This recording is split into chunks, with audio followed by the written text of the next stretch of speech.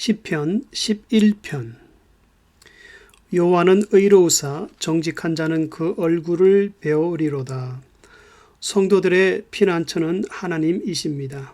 그래서 영어로 표현할 때도 I believe in God 이라고 표현합니다.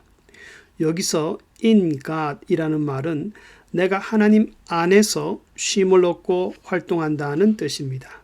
그래서 성도의 삶이란 어떤 상황에서도 하나님을 피난처로 삼아 살아가는 인생입니다.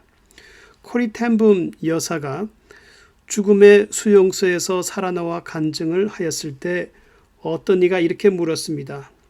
어떻게 살 소망이 없는 곳에서 살아나오게 되었습니까? 그때 그녀의 대답은 네, 주님은 우리의 피난처이셨고 우리의 피난처시며 우리의 피난처가 되실 것입니다. 주님이 우리의 피난처이심을 믿는다면 우리는 어떠한 경우에도 살아갈 수 있습니다. 본 시편은 의인이 악인에게 고난을 당하는 현실을 대하면서 실망과 좌절을 경험하였습니다. 그리고 신앙적인 답을 찾고 있었습니다.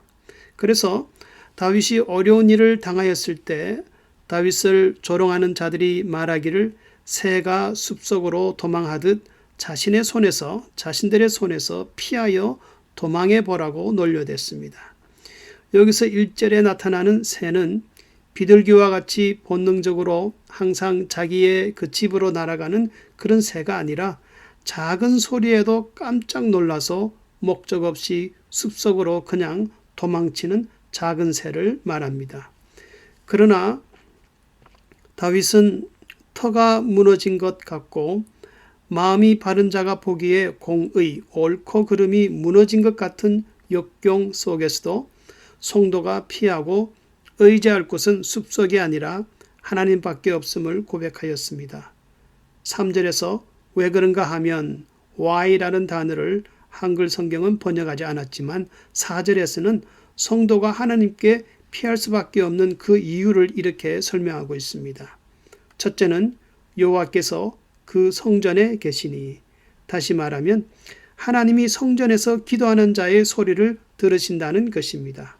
참으로 하나님이 나의 기도를 들으신다는 확신을 가질 때는 그 순간이 하나님의 품속에 있는 것과 같이 평안함을 느낍니다.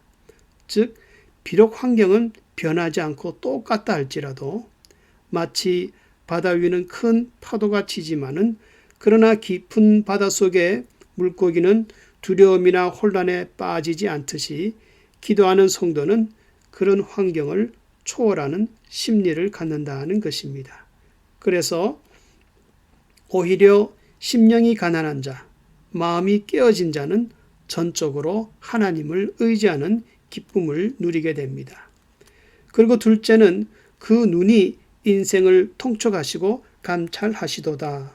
여기서 하나님이 의인을 깊이 들여다보듯이 감찰하신다는 것은 기도하는 자가 하나님의 도움을 받을 수 있는지 먼저 그 마음을 시험하여 알아본다는 것입니다. 즉 하나님이 성도들에게 무조건적인 사랑을 베푸시지만은 그러나 복을 소유하게 될 때는 항상 조건적인 대가가 있음을 알 수가 있습니다. 그렇다고 이것이 give and take처럼 내가 이만큼 하나님께 드렸으니 하나님도 그만큼 나에게 주셔야 된다는 그런 논리가 아니라 구원받은 나 자신이 마땅히 하나님을 진실로 사랑하고 신실한 믿음으로 행하였더니 그것을 보시고 하나님이 나에게 꼭 부어주시는 은혜가 있다는 것입니다.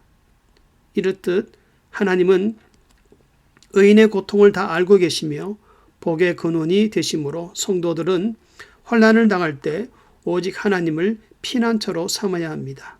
그러나 의인들을 괴롭히는 악인들은 하나님을 피난처로 삼을 수가 없습니다. 오히려 하나님은 항상 의인과 악인을 구별하십니다.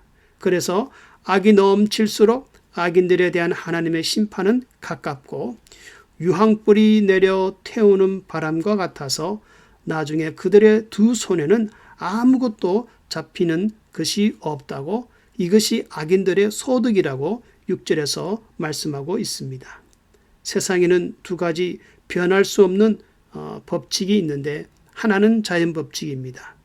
자연법칙이 깨지면 우리는 이것을 기적이라고 말합니다. 또 하나 변치 않는 것은 항상 선한 자에게 상을 베풀고 악한 자에게 벌을 내린다는 하나님의 공의로운 심판입니다. 그래서 이러한 섭리 속에서 I believe in God, 성도는 의인을 보호하시는 그 하나님 안에서 쉼을 얻고 활동하며 안전한 피난처로 삼는다는 것입니다. 이 세상에서 나의 모든 문제를 내려놓고 위로를 받으며 상담을 받을 수 있는 곳은 피난처 대신 하나님밖에 없습니다. 그리고 성도들이 고난을 당할 때 고난 당하기 전에는 하나님께 대하여 이야기하여 왔지만은 그러나 고난은 우리 성도들로 하여금 생활 속에서 하나님을 경험하게 만듭니다. 그래서 과거 미국에서 영적 부흥을 일으켰던 D.L. 무디는 이런 유익한 말을 남겼습니다.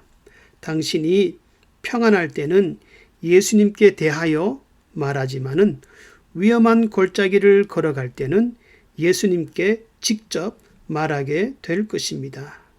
You may talk about Jesus, but as soon as you get into the valley, you will talk to him. 그러므로 오히려 너무 많은 평안은 신앙의 위협이 될 수가 있습니다. 그리고 이것은 하나님이 성도들에게 고난을 허락하시는 이유가 되기도 합니다. 성도님들은 고난이 있을 때 변함없이 하나님을 피난처로 삼으십니까? 여호와는 의로우사 정직한 자는 그 얼굴을 배우리로다. 성도들에게 있는 현재의 고난은 앞으로 있을 축복의 통로입니다.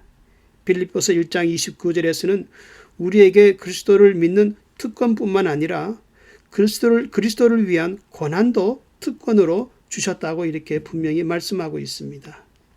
기도하는 성도들이 하나님을 피난처로 삼아 고난 속에서 부르짖을 때 의로운 일을 행하시는 하나님, 그리고 정직한 자를 만나주시는 이런 하나님의 긍휼을 풍성히 얻을 수 있기를 주의 이름으로 축원합니다.